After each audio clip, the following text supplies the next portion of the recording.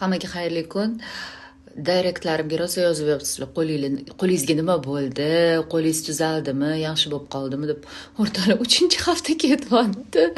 Uyda umuman ish qilmayapman. Ni уборки, ni готовки, ничего не готовлю. Вообще в кухню не захожу. Bir tomonlama kayf.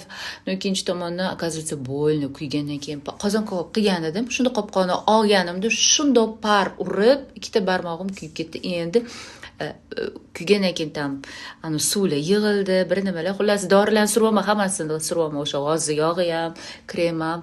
No terini вообще shilganimdan keyin shunaqa свежий teri chiqar ekan, такой розовый rangda. Yuragi boshla ko'rmasin. Mana qaranglar. Вот видите? Dahshat. Bu yerda bunchalik ko'rinmayapti, mana qaranglar. Mana shilinib mana bu свежий